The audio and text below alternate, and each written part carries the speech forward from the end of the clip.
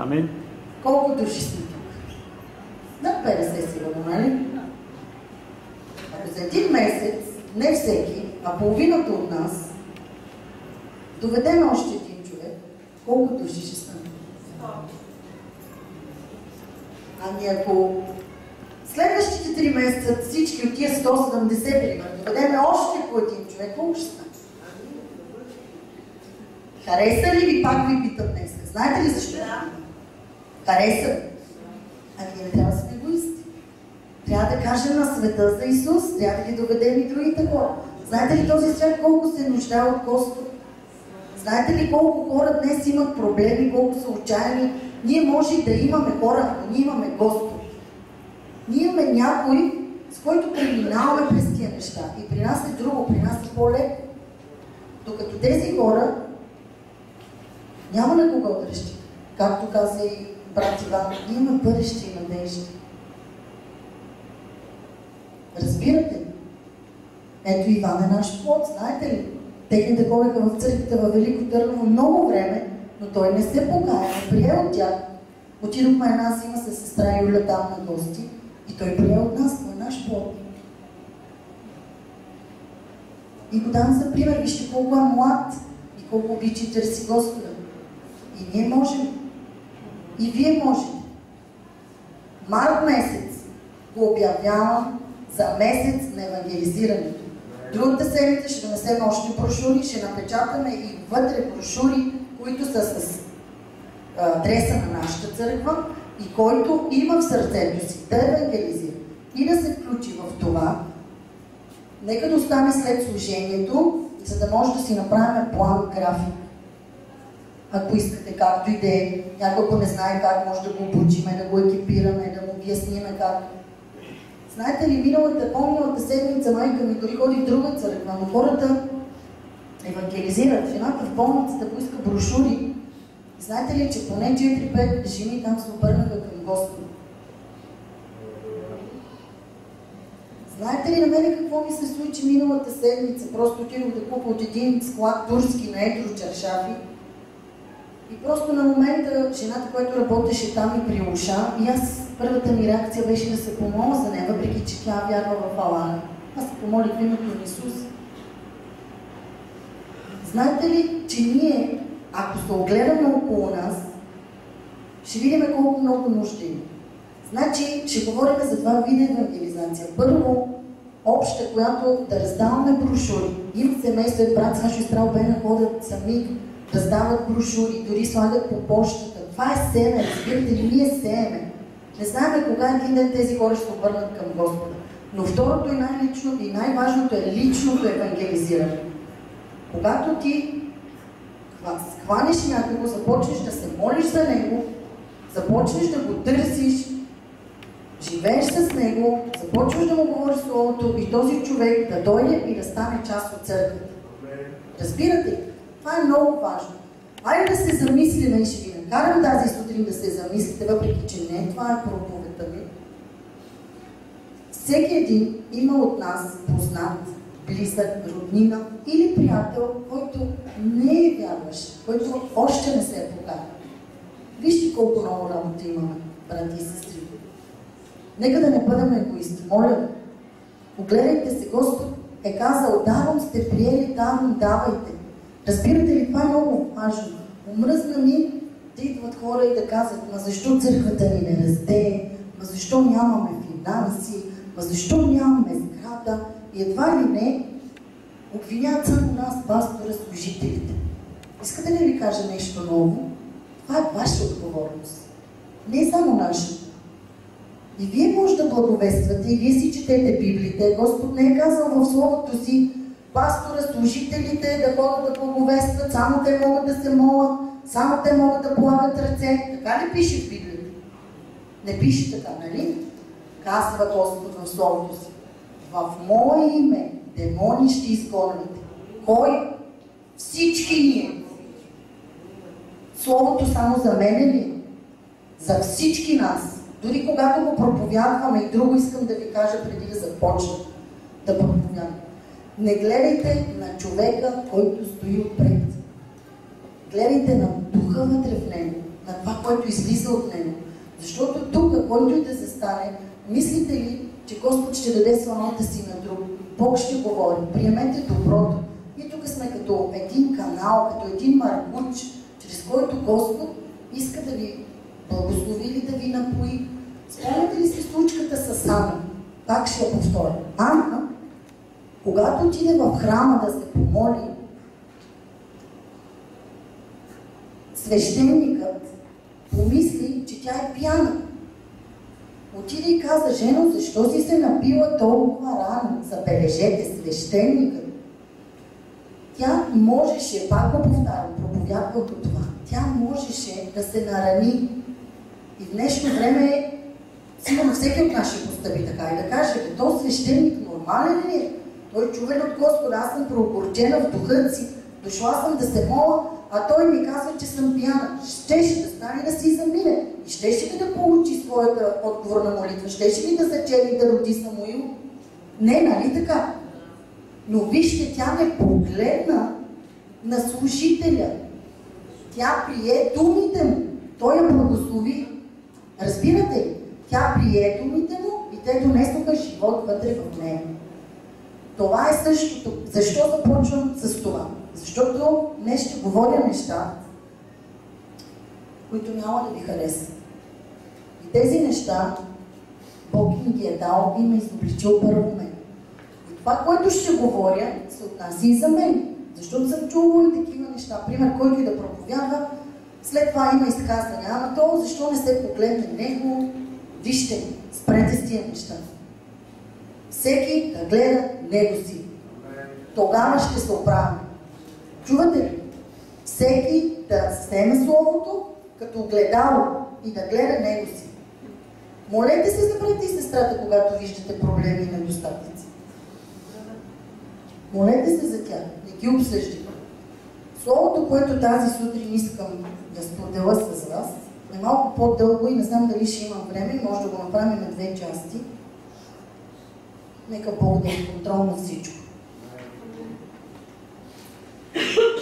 Ще гледаме и друго като съобщение, да ще свършваме по-рано служенията, защото има стари хора, които трябва да обядват, пият лекарства, има малки деца, които трябва да се хранят. И за да може след това, който вече иска, да пиеме кафе, да пиеме чай, да обсъждаме неща и да общуваме. Не бързите да си тръгвате. Словото, което искам днес да ви прочита, това е една формула, как Бог да чуе молитвите ни, да ни прости и да ни изцели. Нас и земята ни. Защото винаги има условия, брати и сестри. В Библията винаги има условия. Господ казва в Второзаконие 28 глава: ако слушаш гласът на Господа, винаги има едно ако. Разбирате ли? Тогава ти ще бъдеш благословен. Ако ти се приближаваш към Господа, и Той ще се приближава към тебе. Значи винаги Господ очаква и ние да направим нашия дял. Много пъти, много хора съм чувала, казват: Бог, ако има нещо да направи, ще го направи в моя живот. Не е така. Не е истина. Ние трябва да се задвижиме, ние имаме дял, ние трябва да търсиме Господа, ние трябва да се молим, ние трябва да викаме към Господа. Ако има неща в живота ни, трябва да бъдат променени. Искам да ви кажа, забрави. Докато се молях, чух гласът на Господа, чух 2 думи. И знаете ли какво каза Господа? Време за промяна. Усетих от такова помазание, че е за мен, но не само за мен, а за всички нас. Хора, тази година е време за промяна. Всеки има нещо в живота си, което трябва да промени. Не сме идеални. Не сме такива, каквито трябва да бъдем. Разбирате ли? Бог има план за живота ни, но ние не можем да влезем в този план, защото много от нас стоят в старите си неща, държиме си ги и не искаме да ги оставиме. Разбирате ли? А Бог има за нас бъдеще, има надежда, има толкова добри неща, Той е любящия ни баща. Господ казва: ако вие, които сте зли човеци, знаете да давате блага на чедата си, колко повече аз. Разбирате ли? Бог е създателят на всички финанси, на всички ресурси, всичко е мое, казва Господ. И Словото му казва, че Бог в Римляни, който не пожали сина си, а го даде за всички нас, как няма да ни даде заедно с Него и всичко. Разбирате ли това? Ако аз ви подаря моите синове, как няма да ви дам и всичко останало? Пример, храна, ако мога, нали, ако е в моята възможност. Разбирате ли какъв Бог има? Но всичко зависи от нас. Тази година е година на промяна. Всеки трябва да вземе решение да започне да се променя, в която област Бог му говори в живота ни. И не е правилно да казваме: Господи, нямам сила или не мога, защото в Библията Господ казва: за всичко имаш сила. Така, Словото е в втора книга на Летописите, 7 глава. Значи, тук Господ говори за Соломон. Всички знаете, цар Соломон е син на цар Давид. Знаете за цар Соломон, че той построи храм на Господа и когато Господ го попита, вечерта му се яви и го попита: какво искаш да ти стори и да ти дам? Той не поиска пари, съкровища, богатство, каквото и да е. Той каза: Господ, иска мъдрост и разум. И Бог му даде мъдрост, но заедно с нея му даде и всичко останало. И това е цар Соломон, за който сега ще говорим.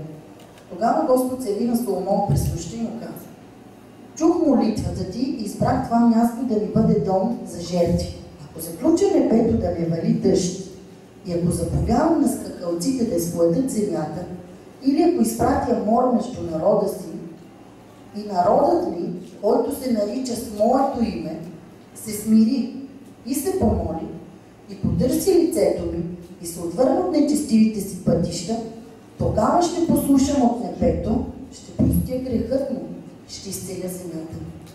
Сега очите ми ще бъдат отворени и ушите ми внимателни към молитвата, която се принася на това място. Защото сега избрах и осветих този дом, за да бъде името ми в него до века, и очите ми и сърцето ми ще бъдат там завинаги. А колкото до теб, ако ходиш пред мен, както ходи баща ти Давид, и постъпваш напълно, както съм ти заповядал, и пазиш наредбите и законите ми, тогава ще утвърдя престола на царството ти според завета, който сключих с баща ти Давид. Като казах: няма да ти липсва мъж да управлява Израил. Но ако се отклоните, ако изоставите наредбите и заповедите, които поставих пред вас, и отидете и послужите на други богове и им се поклоните, тогава ще ги изкорени от земята си, които съм им дал, и ще отхвърля от пред очите си този дом, който светих за името си, и ще го направя за поговорка и поругание между всички племена. Стихът, на който искам да наблегна, е 14. И народът ми, казва Господа, който се нарича с моето име. Как се наричаме ние? Християни. Христови. Нали така? Ние сме Божии синове, дъщери. И народът ми, който се нарича с моето име, първо слово. Слушате ли? Сменили сте. Смири себе си. Се смири. Вижте.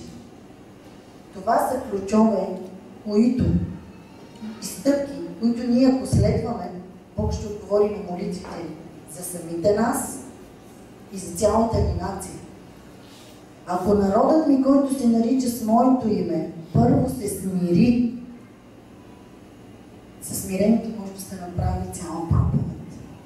Искам да поговорим малко за смирение. Знаете ли какво означава смирение? Смирение е обратното на горделив. Смирение е този, който слуша гласа на Господ. Смирение означава да си смирен въпреки успеха. Разбирате ли? Смирен означава безропотен, т.е. да не роптае. Подчинен, да може да се подчинява. Тих, кротък, послушен, покорен, скромен, дисциплиниран, обуздан, укротен, мек, търпелив, справедлив, мъдър и да не проявява насилие. прочета ли пак какво означава смирение?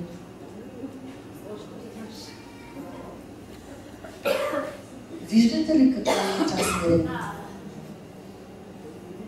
Исках да ви кажа, че ние, пак ви казвам, говори за себе си, ние не сме смирени.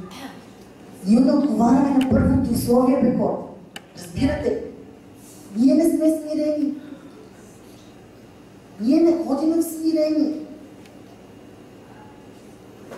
Ние трябва да вземем решение да се промениме и да видим кои неща ни липсват от това. Значи ти може да бъде тих и кротък, но той да е непокорен. Преди си мислех, че смирен човек е човек, който говори тихо. Си помнете този човек колко е смирен. Смирен означава да слушаш Господ, да изпълняваш заповедите му. А кои са заповедите на Господа? Две са. Знаем ли ви кои са? Хайде, искам заедно да общуваме днес, като сте с мене. Заповедите на Господа са две, църква. Да възлюбиш Господа, твоя Бог, с цялата си сила, с всичкия сила. И втората подобна на нея, знаете ли коя? Да обичаш, да възлюбиш. Знаете ли какво значи да възлюбиш? Повече от това да обичаш. Ближния си както себе си. Обичаме ли се, църква? Не се обичаме. Отговаряме ли на това? Добре, според вас какво правим?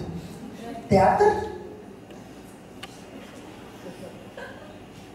Идваме и се молим и казваме: Господи, обичам. И ние лъжиме Господа. Ако ти обичаш Господи, ти трябва да обичаш брата и сестрата. А ако ти обичаш брата и сестрата, ще говориш ли зад гърба му? Ще го нападаш ли?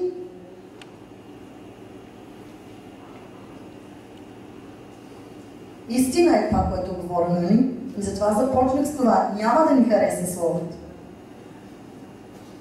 Но вижте, имаме нужда вече от твърдо Слово, твърда храна. Време вече да пораснеме, разбирате. Време да бъдем зряли, време за промяна. Пак казвам, и за мене се отнася. Аз взех решение да променя себе си. Пак ще прочита какво означава да си смирен. Смирен означава да бъдеш подчинен. Днеска колко хора се подчиняват в църквата. Ако кажеш на някой: отиди, направи това или това, кой си ти да ми кажеш? Ами тогава искаш ли да служиш или не искаш? Знаете ли какво да служиш на Господа? Да си в служение, да си подчинен. Знаете ли, че Бог на горделивите се противи? Значи втора част ще има проповед за гордостта. Днес ще за смирението.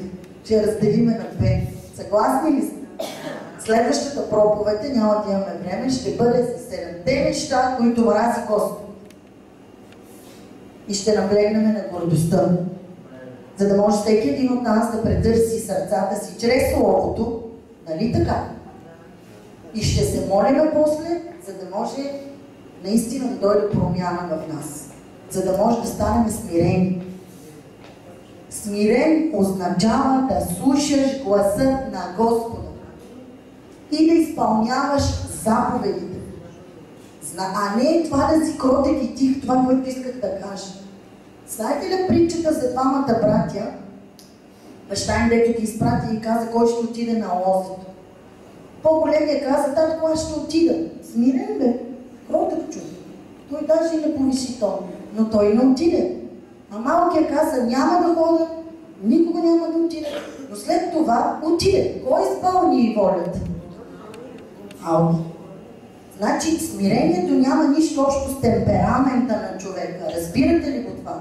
Защото много малко хора го разбират. Като човек, че някой говори силно или на по-висок глас, то не е смирен. Ама ти знаеш и сърцето му как стои пред Господа.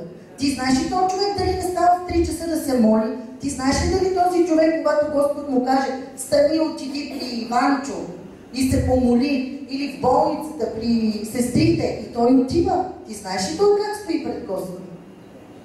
Отстрани е едно, но Господ гледа на сърцето.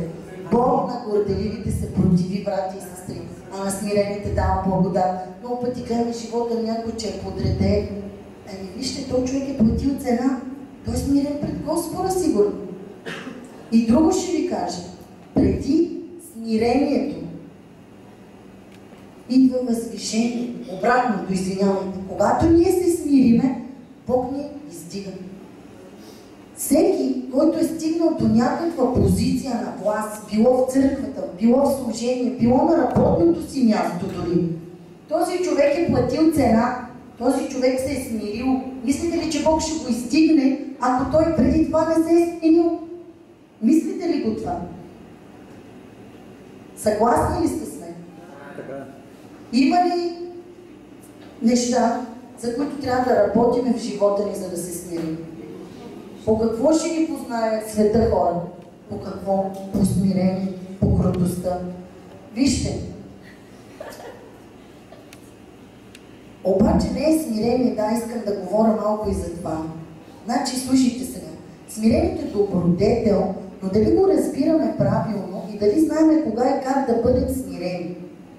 Библията казва, че Бог не е само на небето, Той живее и в сърцата на смирените. Значи, ако искаме и Бог да живее в сърцата ни, нали така, ние трябва да се смириме. А колко пъти, лично аз не съм усещала, пример, че Бог живее в сърцето ми. Разбирате ли, когато ние се смириме, Бог идва и живее в сърцето ми.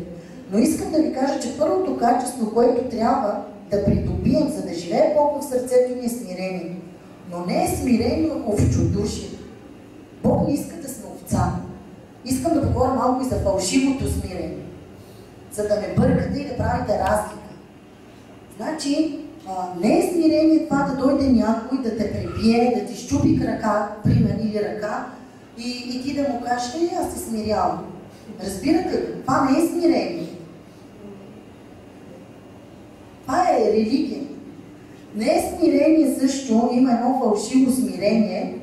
Какъв пример да ви дам? Пример, сега ще ви кажа. Пример, тук сестрата пее. Пример, пее.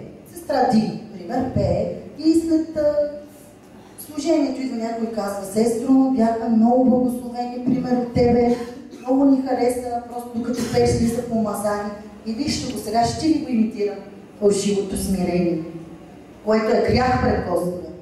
О, това не е нищо особено, и ти можеш. Това не е правилно пред Господа.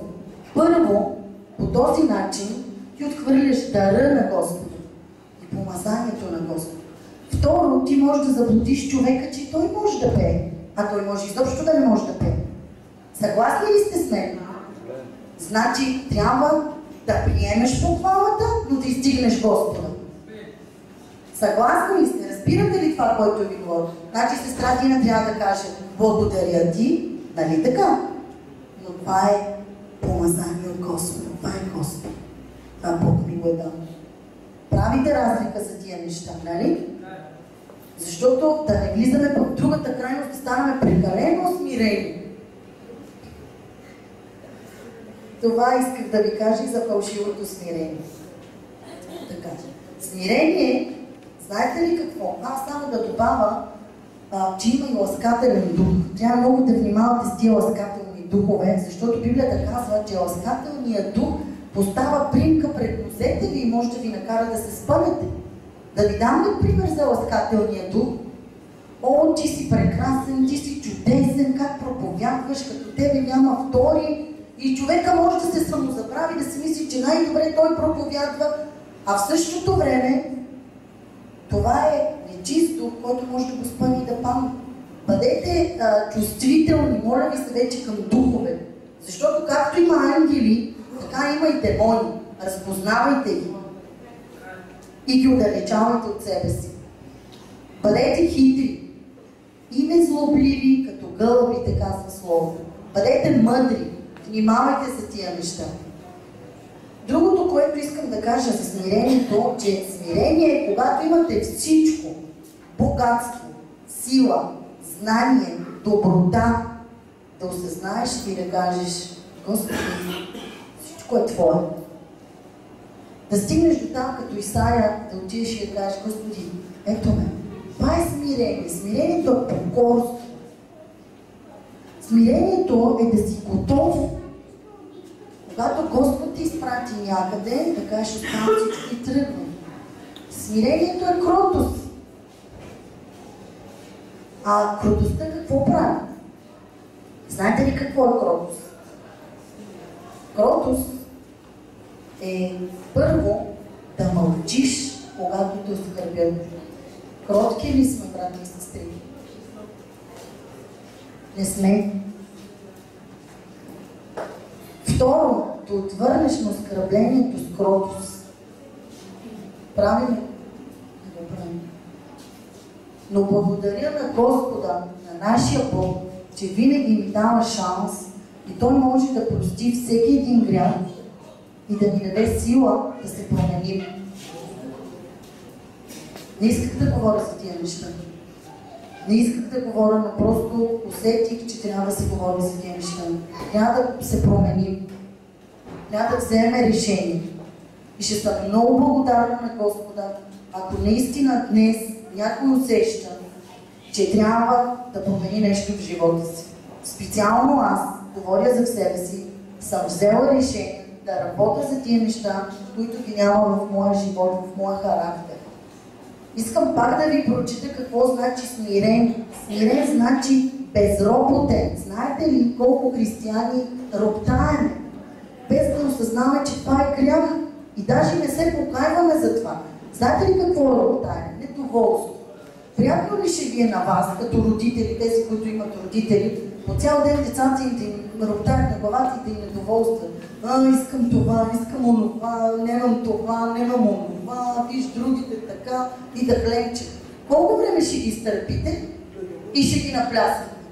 И знаете ли какво ще кажа? Понеже много знаеш, и това няма да имаш.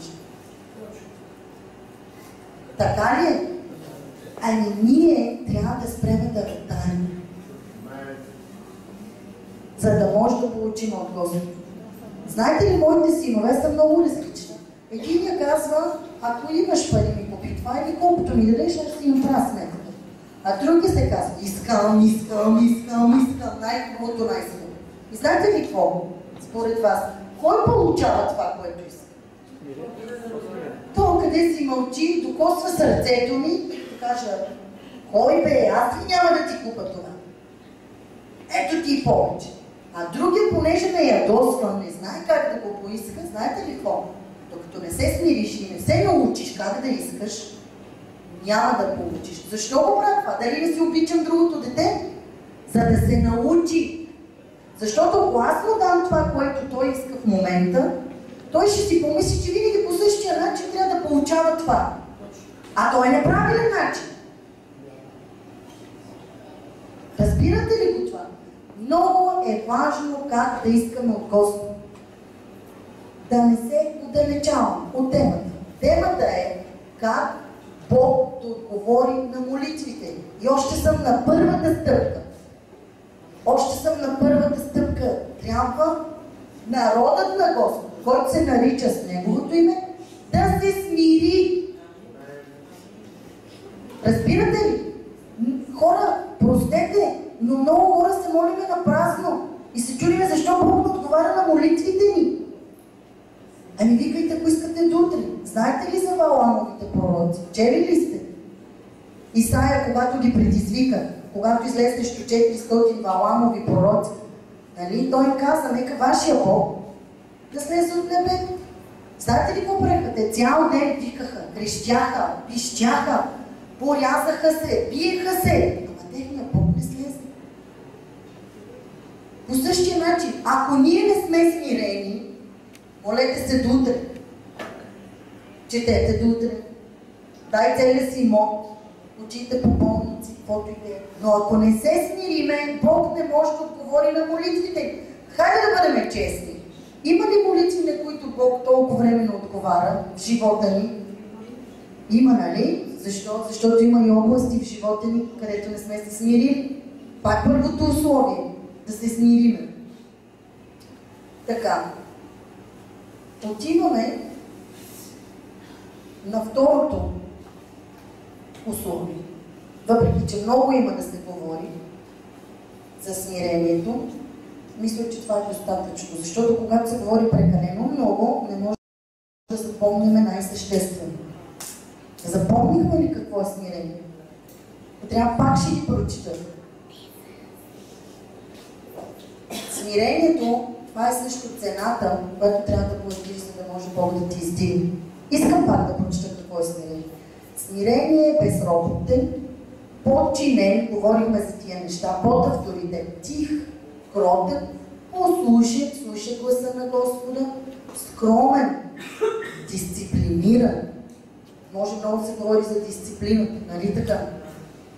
Дисциплиниран, обуздан, укротен, мек, търпелив и справедлив. Искате ли да поговорим малко за търпението? Търпението също е много важна част от живота на християни. Специално аз имам проблем в тази сфера. Много съм нетърпелива, искам всичко бързо да стане и съм много бърза. Но в Библията, ако се замислите, има хора, за които са се молили с години, за да стане нещо в живота. Търпението е много важно качество и трябва да работим за това, да бъдем търпеливи, да бъдем по-спокойни. Справедливи ли сте?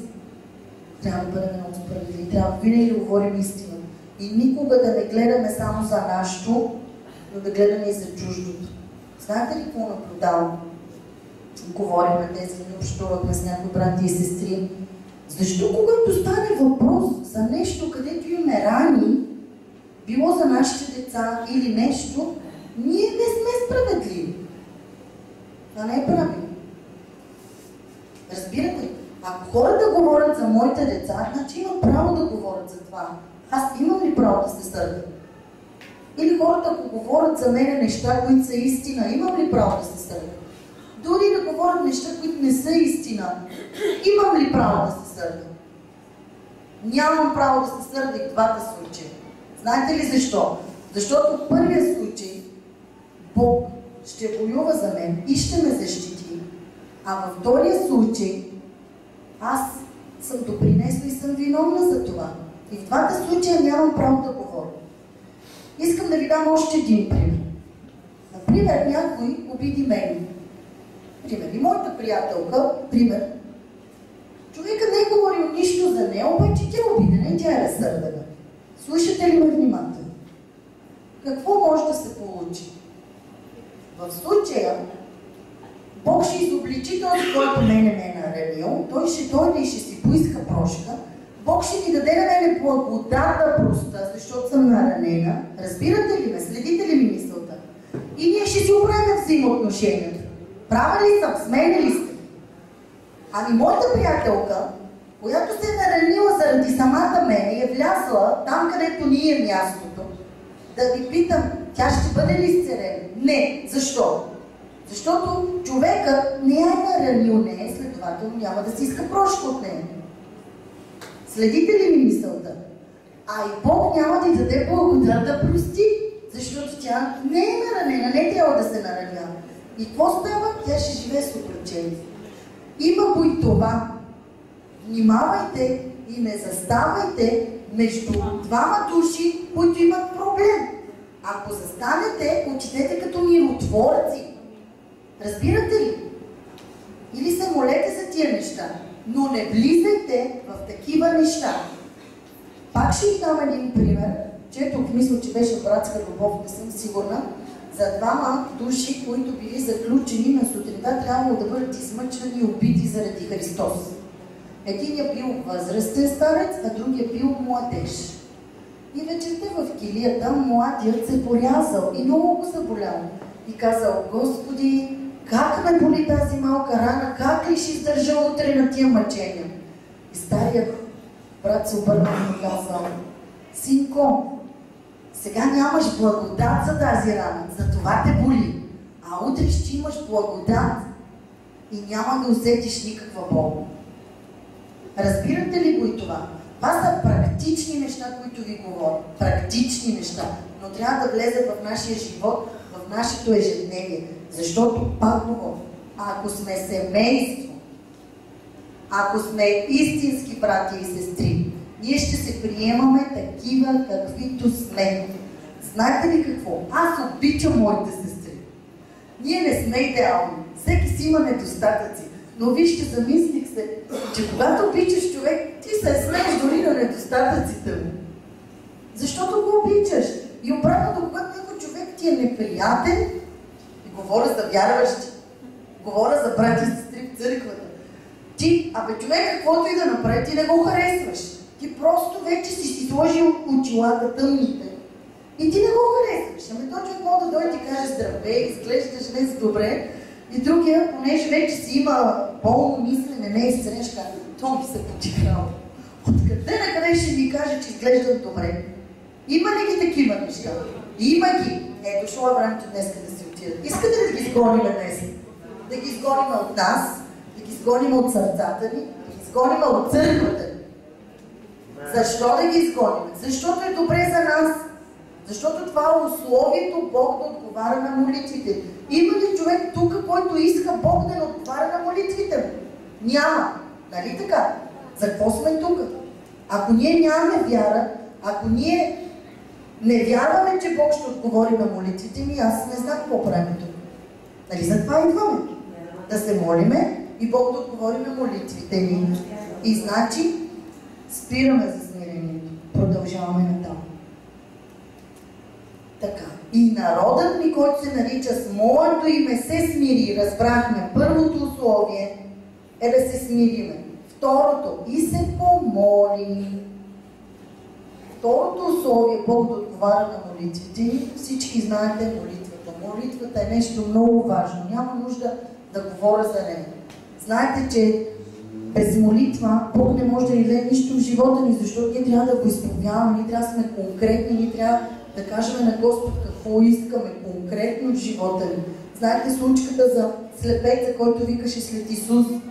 Казваше: Исус смили се над мен. Исус се обърна, той знаеше, дори без да види, че е сляп, но Исус го попита: какво искаш да ти стори? Слепеца можеше да иска, казвала съм го и преди, той свикнал да е сляп, може да поиска изцеление или пари или нещо друго. Но Исус искаше да чуе конкретно от него. Той каза: да проблеми Господ. Значи молитвата е много важна част от живота на един християн. Искам да ви кажа, че Бог ми е открил, че църквата не се моли достатъчно. Има охлада, църквата в момента спи и е време да се събуди. Време да се насили и да започне да се моли. Дори когато не можете, защото аз съм имала такива ситуации в живота си, пример, аз съм имала случаи, когато седмица мога се моля по 2-3 часа, но съм имала периоди, в които заставам и искам да се моля, не мога да се моля. Обаче знаете ли какво и как пробивах?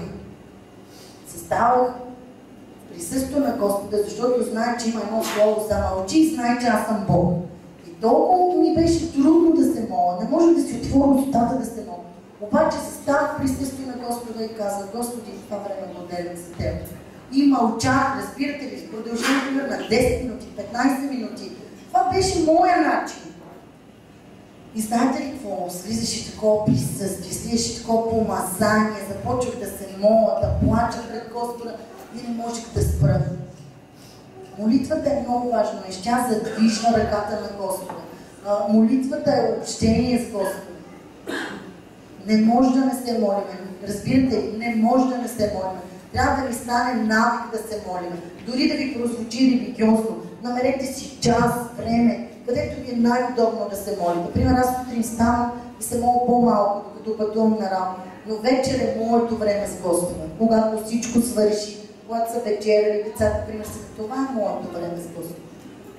Намерете си ваше време и се молете. Това е второто условие. Значи първо да се смирим, нали така? Второто е да се помолим.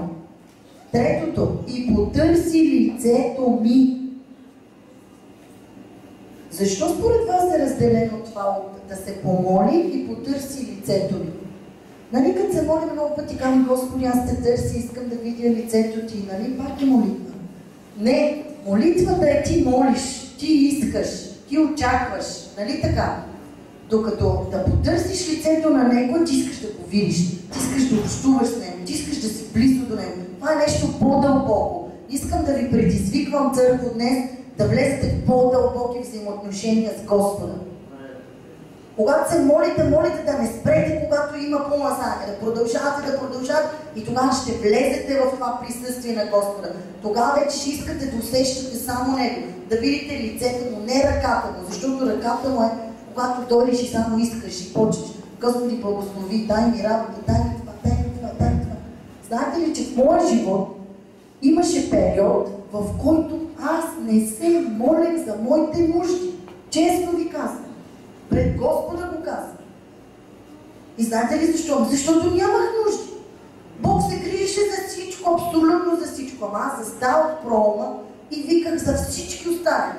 Като почне да се моля, като почнеш от единия до другия, Бог ми дава и просто свира молитвата, и свира и се моля за всички.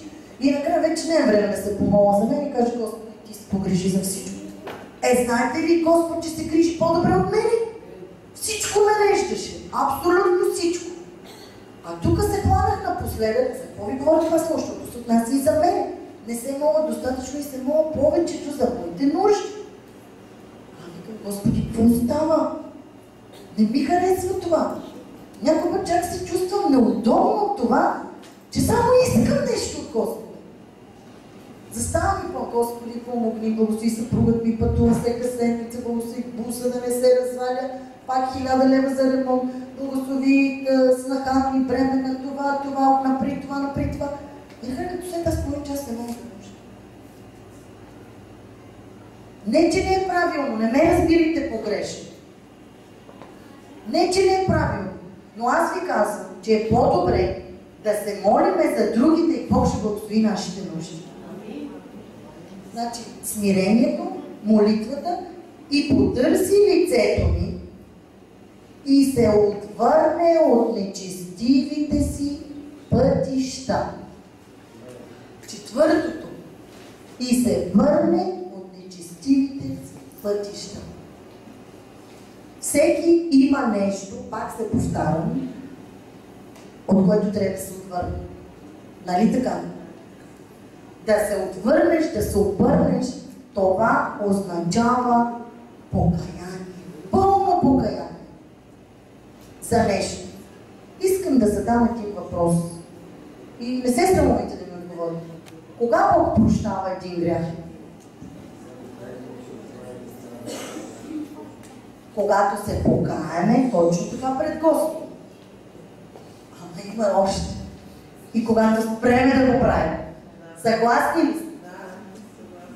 Значи, ако искаме да се покаяме днес истински пред Господа, ние трябва да вземем решение и да спреме да го правим. А като вземем решение, вече силата от Господа. Съгласни ли сте? Много хора, и съм се чудила как го разбират това. Съгрешават и се молят и казват: Господи, прости ми, като Бог ми е простил.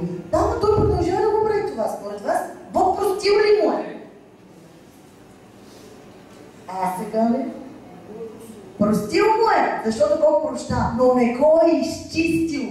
1 Йоан 1:9 казва така: ако ти изповядаш грехът си, Бог е верен и праведен какво? Да ти прости. Значи ти да ще казваш: Господи, прости ми, той е верен. Това и той казва: прощавам ти. Но вижте, той е верен и праведен да ти прости и да те умие. Значи да ти изчисти, има време. Бог изчаква и като види, че ти спираш да го правиш, тогава ти изчисти. И тогава вече съвършено простен грехът ти и не само простен, той е забравен. Господ казва: не помня греховете ти, те са на дъното на морето. Разбирате ли? Продължавам. Говоря много за покаяние, не искам да говоря за това. Разбирате ли? По едно време беше станало в църквата навик само да се говори: покай се. Абе, престанете с това покай се. Кажете на хората, че е време за промяна. Всеки да реши да промени нещо в неговия живот. Покаяние е промяна. Значи, решавам, пример, че не трябва да се държа по този начин. И това ми казва: Господи, прости ми. Осъзнавам грехът си. Признавам грехът си. Не искам да се грешавам. Дай ми сила да се променя. Искам да го оставя това нещо. но не мога, трудно ми е. Бъдете откровени с Господа, бъдете истински с Господа. Знаете ли, имах проблем с една сестра, може не я хареса. Само като я видих преди време и нещо тук ми се повдигаше. И се моли и не може. Ти при Господи, каза, Господи, аз не я харесвам. Ако ти не ми дадеш любов в сърцето и ти не промениш това мое отношение към нея, аз по-човешки не мога, много ми е трудно. Много редко се случва, по принцип аз харесвам всички, но тогава не я харесвам. И знаете ли какво? Бях откровенна с Господа и Бог ми даде помазание. И аз я обикнах тази сестра, започнах да се моля за нея. Разбирате? И продължавам. И народът, който се нарича с моето име, смири себе си и се помоли, и потърси лицето, и се отвърне от нечестивите си пътища. Четвъртата стъпка. Тогава ще послушам от небето. Чувате ли ме, църква? Кога Господ ще послуша от небето молитвата ни? Кога? Кога? Искам да ви чуя. Кога? Когато се смирим, когато се помолим, когато потърсим лицето на Господа и когато се върнем от нечестивите си пътища. Еми аз предлагам, преди да започнем да се молим и да искаме велики неща, Бог да обърне този град за нас, Бог да разшири църквата, първо да започне промяната в нас, да смирим себе си, да се помолим, да се върнем от нечестивите си пътища, за да може Бог да отвори небето и да приема нашите молитви. Нали така? Тогава ще послушам от небето, ще простя грехът му. Вижте кога Бог прощава греха. Ето това, което ви казах. Вярвате ли го сега? Бог прощава грехът ни не когато се изповядаме, брати и сестри, а когато се върнем от нечестивите си пътища, когато спреме да правиме този грях, когато се смирим и когато се помолим. Тогава, казва Господ, ще простя грехът му и ще изцеля земята му. Вижте, това е много важно нещо. Бог ще изцели земята ти. Ти си земя, ти си почва. Тогава ще дойде изцеление. Виждате ли някакъв път защо не идва изцеление в телата ни, не идва изцеление в взаимоотношенията ни, не идва изцеление в живота ни? Защо не идва? Чувате ли защо не идва? Защото не сме смирени. Защото има неща в нас, които трябва да си отидат. Защото преди да искаш Бог да те изцели, ти трябва да се покаял.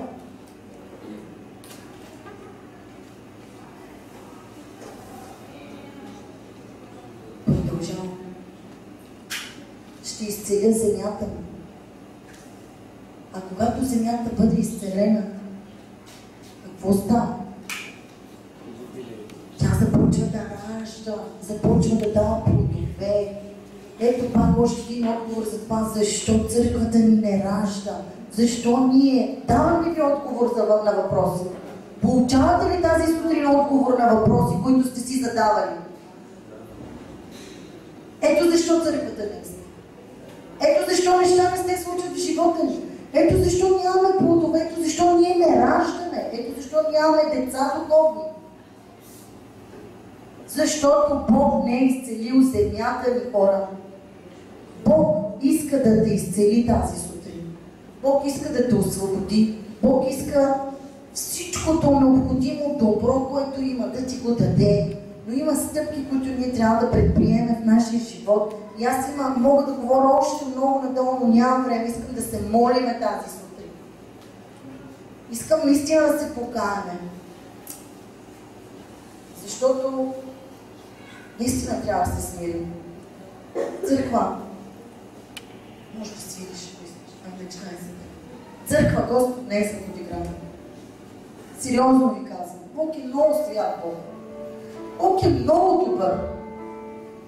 Бог е чудесен. Той е нашия баща. Той е този, при когото идваме, когато имаме нужда. И ние трябва да приличаме на Него. Ние не приличаме на Него. Ние не сме добри.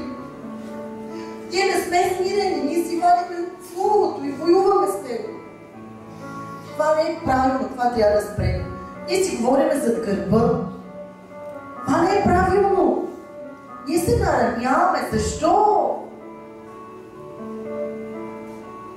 Време е да пораснем църква. Време е да станем зрели християни. Време е да покажем на света, че Исус умря за тях. Исус толкова възлюби Бог света, че даде сина си да не погине нито един. Даде сина си за мен, за вас. Нека да заслужиме това. Нека да дойде промяна. Моля ви, нека да дойде промяна в живота на всеки един. Нека омраза, нека гняв, нека агресия да си тръгна тази сутрин, Господи, от нас. Има ли хора, които искат да се покаят тази сутрин? Не искат да стават. Татко в небето, наистина те обичам, Господи, защото обичам всичките си братя и сестри, Господи. И благословявам всеки един, който е тук на това място. Отче, сега ние прощаваме на всеки един. Църква, повтаряйте го. Отче, ние прощаваме на всеки един, който ни е наранил. Ние благословяваме всеки един. Ние се отричаме, Господи, от нашето его, от нашата гордост.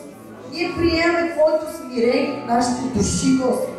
Ние желаем, Господи, взимаме решение тази сутрин да смирим себе си, Господи, за да не дойдеш Ти да ни смириш, Господи. Смирявам се пред Тебе, Татко мой, пред Твоята сила, пред Твоята любов, пред Твоята милост, Господи, пред Твоето дълготърпение, Татко мой. Смиряваме се, Господи. Премахни всичко, което Ти пречи. Ето ни, Господи. Взимаме решение да се променим, да бъдем тихи, кротки дух, Господи, да бъдем дълготърпеливи, да бъдем кротки, Господи. Когато ни нараняват, Боже, отвърнем с кротост, Боже. Отричаме се от греха, Господи. Обръщаме се днеска, Господи, и се покаяваме наистина, Боже. Наистина се покаяваме. Молиме Те да ни простиш, Господи. Прости греховете ни, Господи. Прости греховете ни, прости недостатъците ни. Ето идваме пред Тебе такива, каквито сме. Разкриваме се, Господи. Ти ни познаваш повече, колкото самите ние се познаваме, Боже. Грешни сме, съгрешаваме, недостойни сме, Господи. Направи ни достойни. Облечи ни с Твой авторитет, Господи. Постави ни на високо място. Издигни ни над проблемите, над обстоятелствата, Господи. Боже, нека да бъдем за пример. Изобрази се вътре в нас. Нека хората да виждат Теб в нас, Господи. Моля Те, Боже, заживи молитвения живот на всеки един от нас, Боже. Възстанови ни във всяка област, там където сме паднали, Татко. Словото Ти казва, че прави ни 7 пъти да падне. Ти ще го изправиш, защото Той е Твой син. Ние сме Твои синове и дъщери, Господи. И днес искаме да се гордееш с нас, Боже. Искаме, Господи, да се гордееш с нас. Искаме да докоснем, да зарадваме сърцето Ти, Господи. Моля Те, Боже, прости грехът ни, смиряваме се, Боже. Покайваме се, Господи. Ела изцели сега телата ни, всяки душа. Сега Те моля да се движиш. Моля Те Духът Ти да се движи. Да мине от сърце на сърце сега и да докосне всеки един, Господи. Всеки един, Господи. Там, където има рана, Боже, душевна, нека да бъде изцелена, Господи. Боже, аз Те моля първо тази сутрин да изцеляваш умовете ни, Господи, чувствата ни, емоциите ни да бъдат изцелени. Ние се отричаме от духът на нараняване, защото това е гордост, Господи. А Ти на горделивите се противиш. Ние се отричаме от нашето его, Боже. Ние се отричаме и ние приемаме Твоята благодат. Ние приемаме Твоята сила. Ние приемаме Твоето помазание тази сутрин. Господи, освобождавам помазание на това място. Помазание на възстановяване. Помазание на освобождение. Помазание, което разчупва велики окови сега в името на Исус. Взимам власт и заповядам на тъмнината да отстъпи от живота на всеки един. Господи, изговарям да дойде изцеление в взаимоотношения в тази църква. Изговарям, Боже, да заздравиш семейния дух, Господи, да ни събереш, да ни слежеш, да ни направиш едно тяло и да не воюваме един срещу друг, а да застанем в сила, Господи, да воюваме срещу дявола и да разрушаваме делата му, Господи. Боже, сега те моля да слезе изцелително помазание на това място. Аз те моля ти да докоснеш всеки един и да премахнеш всяка болка. Господи, аз те моля сега да изцеляваш телата ми. Аз сега смъмрям всяка болка в тялото и заповядам на всяка скованост на дископатия в името на Исус да си тръгна точно сега. Смъмрям високо кръвно налягане и изговарям нормализиране на кръвното. Господи, изговарям изчистване и духовно, и физическо, Господи, да дойде. В името на Исус, Боже, изговарям Твоята кръв, Исус, която се проля на кръста, да премине през нашата кръв, Господи, и да изчисти артериите ни, да изчисти вените ни, да изчисти всеки един орган, Господи. Всеки един орган. Изговарям изцеление. Връзвам депресия на това място в името на Исус. Връзвам страхова невроза. Изгонвам я в името на Исус. Според Твоето слово, че каквото вържиме на земя, ще бъде вързано и на небето. Господи, връзвам духът на диабет. Връзвам духът на смърт в името на Исус. И му заповядам да напусне. Господи, изговарям да дойде сила от небето. Да подновиш силите ни като на орлите, Господи. Да дойде Твоето присъствие в живота ни. Защото там, където е духът Ти, Господи, там е свобода, Боже. И Ти умря за нас. Ти умря, за да бъдем свободни. Господи, изговарям изцеление на белите дробове. Точно сега смъмрем бронхит, племония, астма в името на Исус Христос. Им заповядам да напусна. Прилагам кръвта на Исус върху вас, върху домовете ви, върху телата ви в името на Исус. Господи, Ти живееш в нас. И Ти си повече от победител, Господи. И ние носим духът на победители. Господи, Ти си Творец, Ти каза да бъде светлина и стана светлина. И същия този дух живее вътре в нас. И ние сега казваме да дойде светлина в живота ви. И нека тъмнината да отстъпи в името на Исус. Нека бедността да се отдалечи от вашия шатър, от вашия дом. Да дойде дух на изобилие. Да дойде дух на радост в живота ви. И Бог да осияе с лицето си над вас. Ръката му да бъде върху вас. Да ви пази от зло. Да нямате скръб в името на Исус Христос. И пророкувам пробив в живота ви. Пророкувам пробив и пророкувам разширение в името на Исус. Разчупвам духът на магиосничество в името на Исус. И на чародейство на това място. Разрушавам всяка гнила дума. Изговорам срещу това служение в името на Исус. Да не върнитне. Господи, нека небето от днес нататък да бъде отворено над нас. И Ти да чуваш молитвите ни, както си обещал на Соломон, Господи. Че ухото Ти вече ще бъде и ще чуеш отговаря на тези молитви. Нека това слово да дойде в нашия живот, Господи. Нека това слово да дойде в нашия живот, Господи. Боже, дай любов, истинска любов в сърцето на всеки един към брата и сестра. Благослови домовете ни, Господи. Благослови чадата ни, Господи. Благослови родителите ни, Господи. Благослови вдовицата, Татко. Ти казваш, че чуваш молитвата на вдовицата. Благославям вдовиците, Господи, и те моля, Боже, къде ще дух на молитва. Благослови сираците, Господи, тези, които нямат бащи. Бъди техен баща, Боже. Закрили ги, нека да усетиш за Твоята бащина любов. Прегърни всеки един, Исус. Боже, аз Ти благодаря за присъствието Ти в живота ни. Аз Ти благодаря за помазанието, което изливаш. Аз Ти благодаря, че винаги, Господи. Когато дойдем пред Теб и кажем, Татко, Ти слизаш. Ти слизаш да видиш Твоите деца, Боже. И днес ни казва, ние сме Твои, не сме наши. Всичко наше е Твое, децата ни са Твои, Господи. Парите ни са Твои, домовете ни са Твои, ние сме Твои, Господи. Погрижи се за нас, погрижи се за себе си,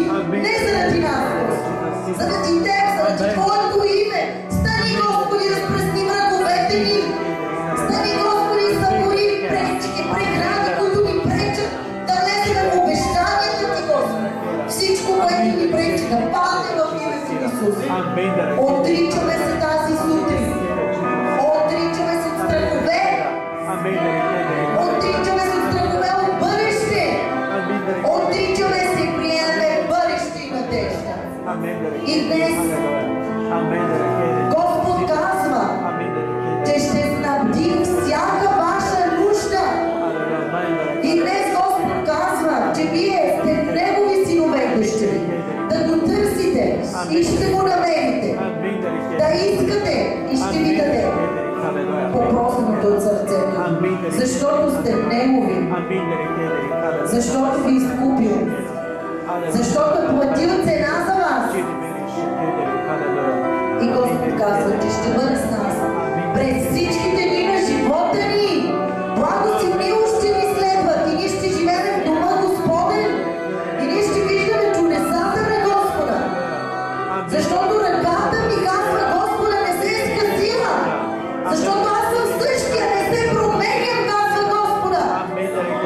Аз имам сила и днес те изцелявам, казва Господа. И днес те благославям, казва Господа. Защо се страхувате, казва Господ? Вие сте приели дух на сила в името на Исус сега. Боже, нека да слезе сила. Нека да слезе помазание. Нека да дойде вяра в името на Исус. Вяра, която да каже на планината, стани и се вдигни и се хвърли в морето. И днеска Господ казва, кажете на планината да стане и да се хвърли в морето. Съборете крепости в живота ви. Не чрез сила, не чрез мощ, казва Господ, а чрез духът ми. Чрез духът ми, казва Господ. Свят си Боже, и аз ти благодаря за тази сутрин. За това, че ние, Господи, се докоснахме до Тебе. Тази сутрин Ти позволи да се докоснем до полата Ти, Господи, както онази жена се докосна с кръвотечението и Ти изцели. Не знам за другите, татко, но аз усещам, че тази сутрин се докосват до полата Ти. И аз се протягам сега на вяра. И аз приемам своето изцеление в името на Исус Христос. Ти си тук, Господи, Ти се движиш, духът Ти е на това място. Ние не заслужаваме нищо, Господи. Това е Твоята милост. И аз Ти благодаря за Твоята милост. Нека Твоята милост да бъде с нас през всичките дни на живота ни. Алелуя. Алелуя. Алелуя. Бъдете благословени в името на Исус. Има помазание на това място. Усещате ли присъствие на Господа? Моля ви, не се подиграйте с това присъствие на Господа. Он наистина свят. Запазете този мир. Смирение означава мир. Знаете ли за какво се замислих? Смирение означава мир. Има от какво се създава корена му мир. И ние с мир ние всички да живеем в мир. Това също е смирение. Запазете мира, моля ви. Сега като излезете навън, могат да дойдат атаки, дявол ще ревнува. Не позволявайте това да се случи. Покажете смирение, покажете Господ, покажете Исус. Нека да приличаме на Него, защото сме Негови синове и дъщери. Обещах служението да свърши в 12 часа. Но ако някой има свидетелство, може да свидетелства. Заповядайте.